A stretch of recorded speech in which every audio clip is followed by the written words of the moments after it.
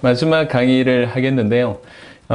사실은 이 강의 때문에 지난 2강부터 1강부터 쭉 보셨다고 볼 수가 있습니다. 이제 예수가 그리스도라고 한 이 말이 어떤 말인지를 요거 설명하기 위해서 그동안 쭉 이렇게 오셨다고 생각을 하면 되겠습니다. 일단 정리를 하고요. 나중에 의미를 조금 더 구체적으로 말씀을 드리겠습니다. 일단은 그리스도 무슨 뜻이냐? 예수가 그리스도라고 하는 걸 설명하기 위해서 그리스도가 어떤 뜻이며 왜 예수님은 어떤 인생을 살았고 그래서 예수님을 그리스도라고 한다. 이렇게 이제 설명을 좀 드려보면 그리스도는 기름 부음 받은 자라고 하는 뜻입니다. 성경 여러 구절에 기름 부음 받은 자라고 하는 표현이 있는데요.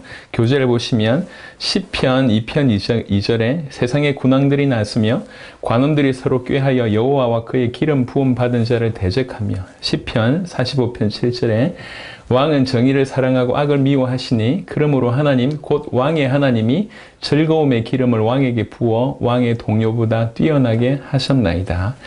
이사야 61장 1절에도 보니까 주 여호와의 영이 내게 내리셨으니 이는 여호와께서 내게 기름을 부으사 가난한 자에게 아름다운 소식을 전하게 하려 하심이라. 나를 보내사 마음이 상한 자를 고치며 포로된 자에게 자유를 갇힌 자에게 노임을 선포하며 다니엘 9장 24절에도 네 백성과 네 거룩한 성을 위하여 이런 이래를 기한으로 정하였으니 허물이 그치며 죄가 끝나며 죄악이 용서되며 영원한 의가 드러나며 환상과 예언이 응하며 또 지극히 거룩한 이가 기름 부음을 받으리라. 기름 부음 받는다라고 하는 이런 표현으로 이제 그리스도가 기름 부음 받은 자임을 성경에서 이제 확인을 해야 되니까요. 이 몇 구절을 통해서 확인을 했고, 그럼 과연 이 뜻이 무엇인가라고 하는 것이죠. 무슨 뜻인가? 우리가 보셨듯이 인간의 수많은 문제의 가장 근원, 본질적인 문제, 바로 그것을 해결하는 자다. 이렇게 볼 수가 있습니다. 먼저 사무엘상 2장 10절에 여호와를 대적하는 자는 산산이 깨어질 것이라 하늘에서 우레로 그들을 치시리로다. 여호와께서 땅끝까지 심판을 내리시고 자기 왕에게 힘을 주시며 자기의 기름 부음을 받은 자의 뿔을 높이시리로다 하니라. 다니엘 9장 25절에도 그러므로 너는 깨달아 알지니라. 예루살렘을 중건하란 영이 날 때부터 기름 부음을 받은 자 곧 왕이 일어나기까지 7일에와 62일에가 지날 것이요 그 곤란한 동안에 성이 중건되어 광장과 그 거리가 세워질 것이며. 무슨 말이냐면 참된 왕으로서 기름 부음 받은 자가 참된 왕으로 오실 것이다. 참된 왕으로 오셔서 사단의 우리의 대적의 머리를 깨뜨릴 것이다. 이게 이제 구약에 나와 있는 메시아의 삼중직 중에 왕직으로서 사단의 머리를 깨뜨리는 왕이다라고 하는 표현의 부분입니다. 두 번째는요. 레위기 17장 11절에 육체의 생명은 피에 있음이라 내가 이 피를 너희에게 주어 제단에 뿌려 너희의 생명을 위하여 속죄하게 하였나니 생명이 피에 있으므로 피가 죄를 속하느니라. 피만이 죄를 속한다고 얘기합니다. 다니엘 9장 26절에 62일의 후에 기름 부음을 받은 자가 끊어져 없어질 것이며 장차 한 왕의 백성이 와서 그 성읍과 성소를 무너뜨리려니와 그의 마지막은 홍수에 휩쓸림 같을 것이며 또 끝까지 전쟁이 있으리니 황폐할 것이 작정되었느니라. 다니엘은 보셔서 알겠지만 굉장한 예언이 들어있습니다. 그 예언에 보면 기름 부음 받은 자가 나타날 것에 대한 예언을 할 뿐만 아니라 다니엘 9장 26절에 기름 부음을 받은 자가 끊어져 없어질 것이라고 예언합니다. 그러니까 기름 부음 받은 그 그리스도 예수께서 우리를 위해서 죽으실 것에 대해서 얘기하고 있습니다. 우리의 죄를 위하여. 그러니까 우리의 죄 문제를 위해서 그리스도께서 죽으셔서 우리의 죄 문제를 해결한 참 제사장 역할을 할 것이다. 이 얘기입니다. 그리고 신명기 18장 15절에 네 하나님 여호와께서 너희 가운데 네 형제 중에 너를 위하여 나와 같은 선지자 하나를 일으키시리니 너희는 그의 말을 들을지니라. 모세가 예언했습니다. 나와 같은 선지자 한 명을 하나님이 일으키실 것이다. 이사야 7장 14절에 그러므로 주께서 친히 징조를 너희에게 주실 것이라. 보라 처녀가 잉태하여 아들을 낳을 것이요 그의 이름을 임마누엘이라 하리라.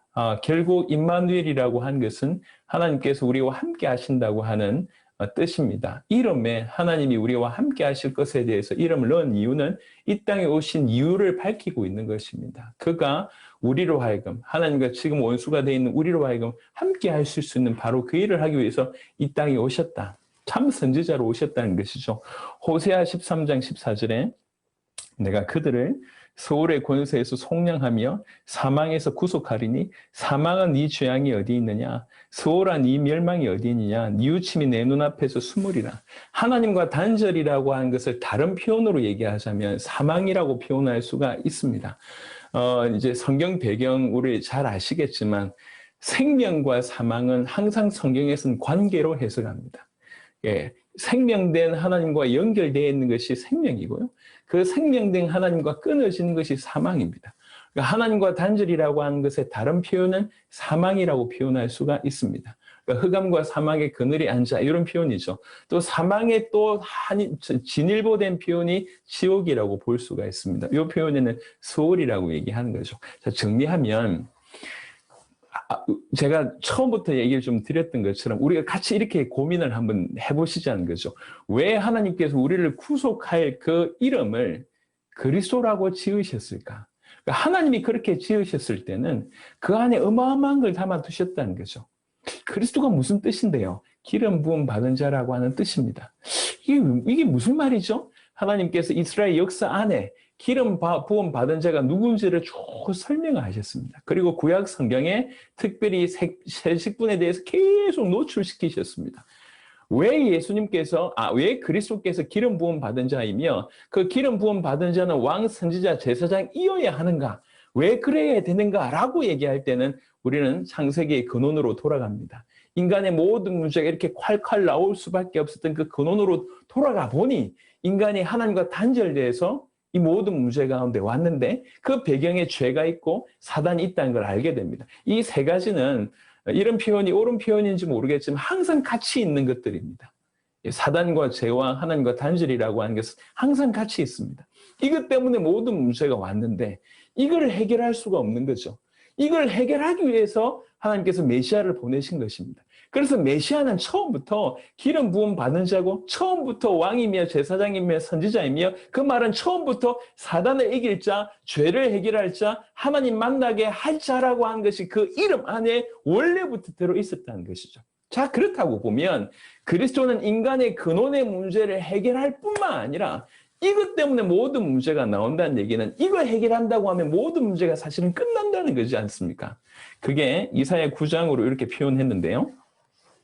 이사야 9장 6절부터 7절 이는 한 아기가 우리에게 낳고 한 아들을 우리에게 주신 바 되었는데 그의 어깨는 정사를 메었고 그의 이름은 기묘자라 모사라 전능하신 하나님이라 영존하신 아버지라 평강의 왕이라 할 것임이라. 그 정사와 평강의 더함이 무궁하며 또 다윗의 왕자와 그의 나라에 군림하여 그 나라를 굳게 세우고 지금 이후로 영원히 정의와 공의로 그것을 보존하실 것이라. 만군의 여호와 열심히 이를 이루시리라.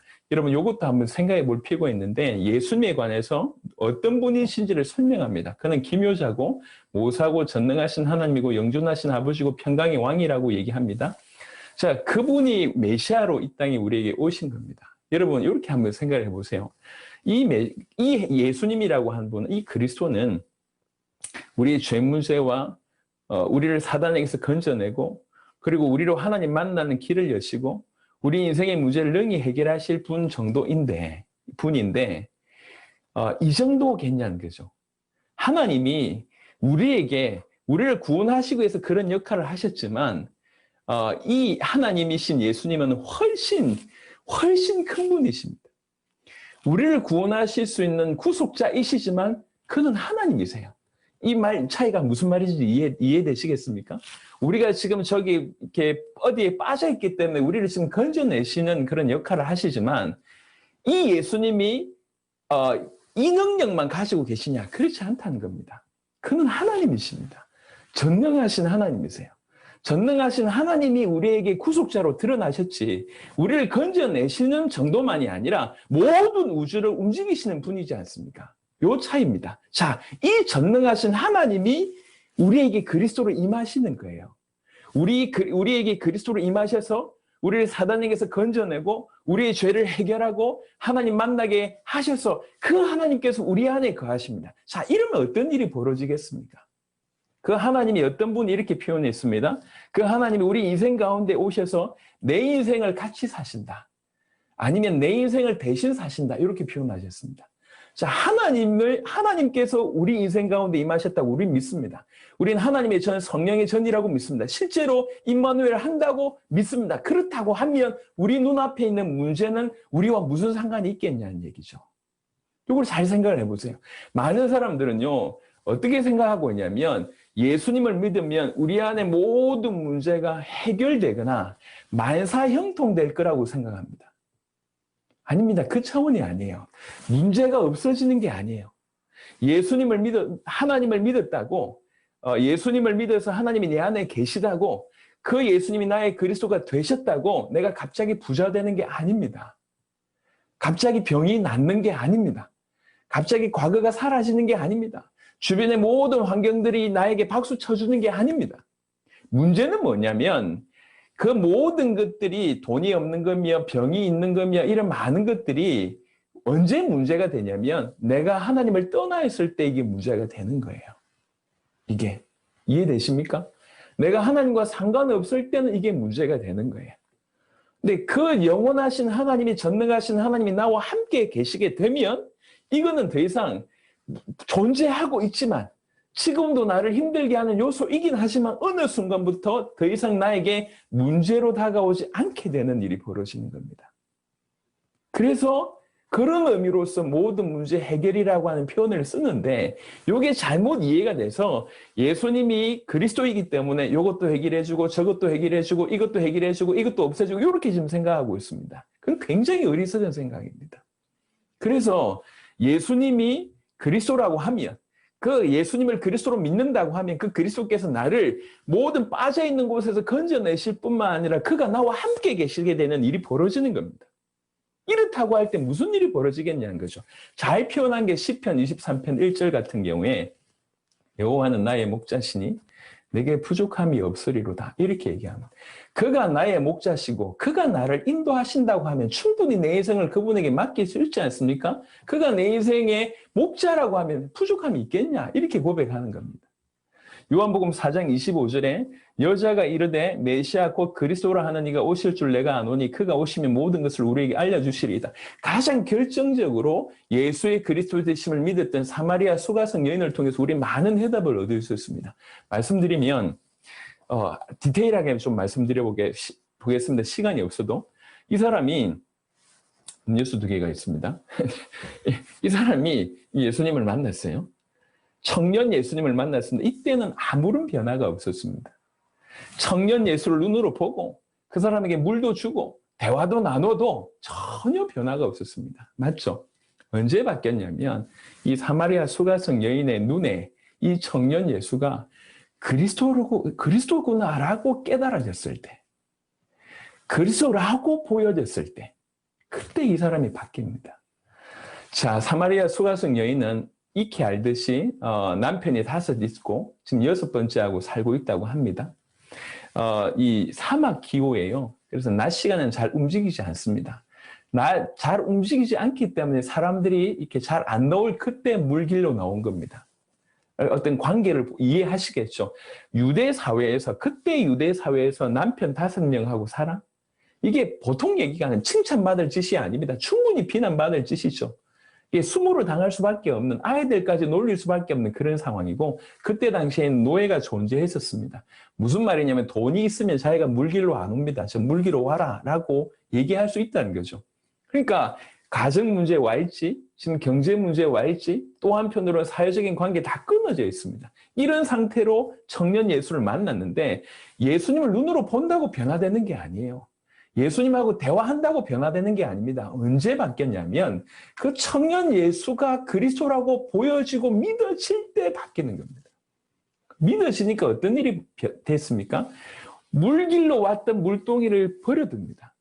그래놓고 어딜 가냐면 자기를 그렇게 비난하고 놀리던 마을 사람한테 가서 마을 사람들한테 가서 외칩니다. 와서 보라.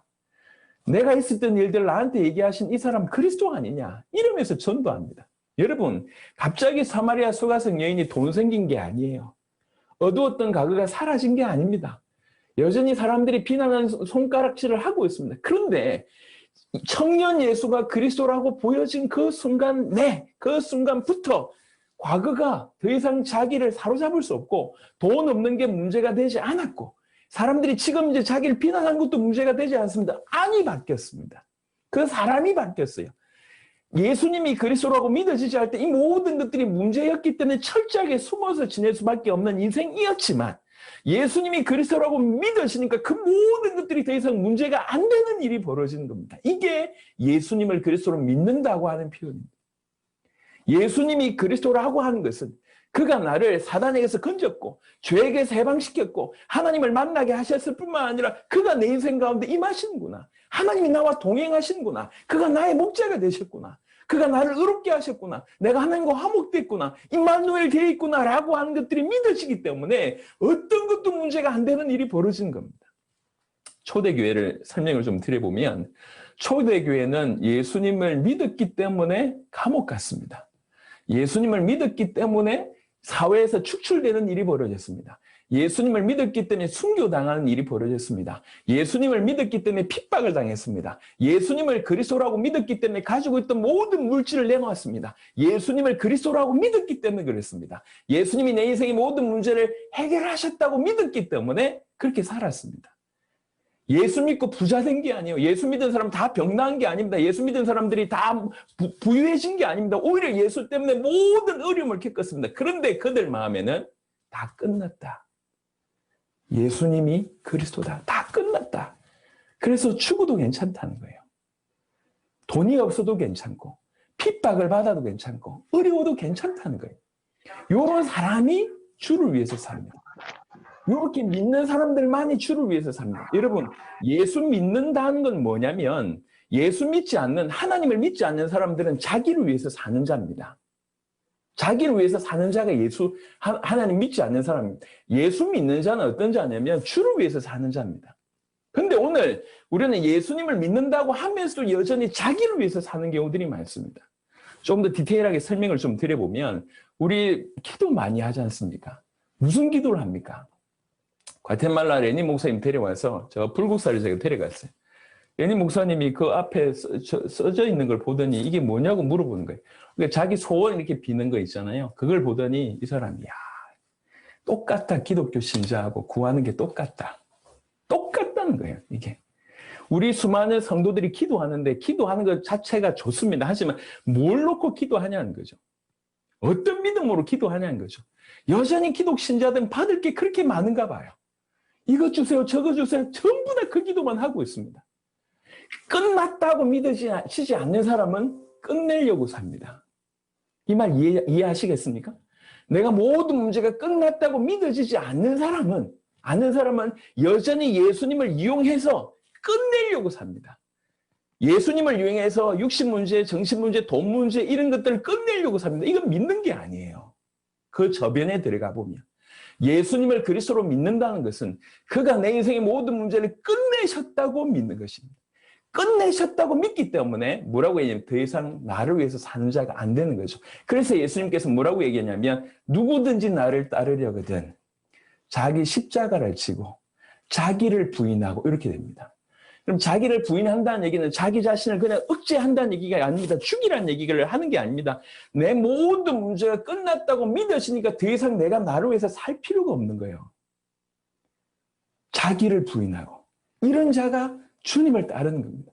그래서 예수님이 그리스도라고 하는 이 의미와 예수님을 그리스도로 믿게 하는 것이 얼마나 중요한지 모릅니다. 교회 안에 있으면서요. 믿음을 가졌다고 하지만 예수님이 십자가와 부활로 모든 것을 끝내셨다, 모든 것을 이루셨다고 믿으시지 않는 사람은 수십 년의 신앙생활을 하면서도 끝났다고 믿어지지 않으니 여전히 자기를 위해서 십자가 이용하고 복음 이용하는 사람들입니다. 이런 사람은 절대로 주를 위해서 살 수가 없습니다. 그래서 다시 정리하면 그리스도는 기름 부음 받은 자라는 뜻입니다. 내일 또 얘기하겠습니다. 내일 예수가 그리스도라고 하는 믿음에 대한 얘기이기 때문에 또 얘기하겠지만 여하튼 그리스도는 기름 부음 받은 자입니다. 하나님이 지어주신 이름입니다. 왕, 제사장, 선지자라는 얘기입니다. 처음부터 사단에게서 너희를 건져내고 너희 죄를 해결하고 하나님 만난 길을 여시겠다고 하는 의지를 이 그리스도라고 하는 이름 안에 담아 두셨다는 거예요. 이 이름 안에. 예, 그래서 그리스도가 누구냐? 이게 오랜 동안 이스라엘 백성들의 퀘스천 마크입니다. 누가 그리스도지? 누가 메시아지? 그러는 중에 2000년 전에 두둥 예수님이 등장하신 겁니다. 그 예수님께서 오셔서 많은 일을 하셨지만 결국 그분의 모든 사역의 가장 어떤 절정에 있는 십자가와 부활을 통해서 그가 우리의 죄를 해결하셨고 그가 사단의 머리를 박살내셨고 그가 우리로 하여금 하나님 만나는 길을 여셨구나. 십자가와 부활을 통해서 그걸 보여주셨을 때 제자들이 정말로 이 예수가 그리스도가 맞구나 이렇게 깨달아진 겁니다. 예수님에 관한 얘기 시간이 많이 지나가고 있습니다. 히브리 2장 14절에 자녀들은 혈과 육에 속하였으며 그도 또한 같은 모양으로 혈과 육에 함께 지니심은 왜 예수님께서 혈과 육을 함께 지니셨냐? 죽음을 통하여 죽음의 세력을 잡은 자 마귀를 멸하시며 그러하기 위해서 육신을 입으셨다 이렇게 표현합니다. 요한일서 3장 8절에 죄를 짓는 자는 마귀에게 속하나니 마귀는 처음부터 범죄함이라 하나님의 아들이 나타나신 것은 마귀의 일을 멸하러 하십니다. 바로 이 마귀의 일을 예수님께서 멸하기 위해서 이 땅에 오셨다는 거죠. 히브리 9장 12절에 염소와 송아지 피로 하지 아니하고 오직 자기의 피로 영원한 속죄를 이루사 단번에 성소에 들어가셨느니라. 대속으로 자기의 몸을 들이심으로 우리의 이 죄를 영원히 속죄하는 일들을 십자가상에서 이루셨습니다. 마가복음 10장 45절에 인자가 온 것은 섬김을 받으려 함이 아니라 도리어 섬기려 하고 자기 목숨을 많은 사람의 대속물로 주려 함이니라. 히브리 10장 19절 20절 그러므로 형제들아 우리가 예수의 피를 힘입어 성소에 들어갈 담력을 얻었나니 그 길은 우리를 위하여 휘장 가운데로 열어놓으신 새로운 살길이요 휘장은 곧 그의 육체니라. 예수님께서 십자가상에서 하나님 만나는 길을 여셨습니다. 요한복음 14장 6절에 예수께서 이르시되 내가 곧 길이요 진리요 생명이니 나로 말미암지 않고는 아버지께로 올 자가 없느니라. 그리스도가 이런 뜻인데 예수님이 십자가와 부활로 또 그의 공생의 전체를 통해서 당신이 사단을 이기고 죄를 해결하고 하나님 만난 길을 여신 참 그리스도이심을 예수님의 생애를 통해서 보여주셨습니다. 그래서 예수님이 그리스도구나 이렇게 얘기하는 거예요. 그래서 예수님이 그리스도구나. 마가복음 8장 29절에 보니까 또 물으시되 너희는 나를 누구라 하느냐? 베드로가 대답하여 이르되 주는 그리스도시니이다 하매. 로마서 5장 17절에 한 사람의 범죄로 말미암아 사망이 그 한 사람을 통하여 왕노릇하였은즉 더욱 은혜와 의의 선물을 넘치게 받는 자들은 한 분 예수 그리스도를 통하여 생명 안에서 왕노릇하리로다.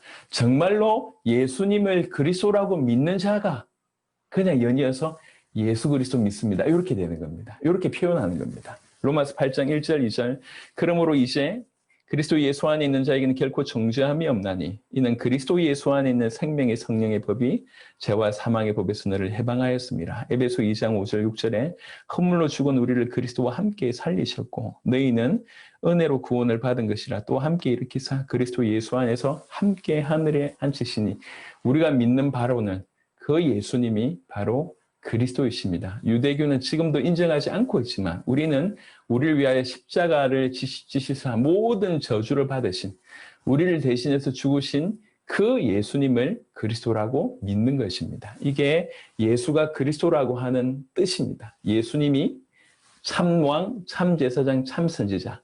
예수님이 우리 죄를 해결하고 하나님 만난 길을 여시고 사단을 이기신 그리스도다. 이렇게 성경은 얘기하고 있습니다. 그래서 우리는 이렇게 믿어야 되는 겁니다. 이렇게 믿게 하는 것이 성경의 목적이라고 요한복음 20장 31절에 나와 있습니다. 내일 아마도 첫 시간에 예수를 그리스도로 믿는 믿음이라고 하는 부분으로 조금 더 강하게 자세하게 설명하도록 하겠습니다. 딱 29분이네요. 감사합니다.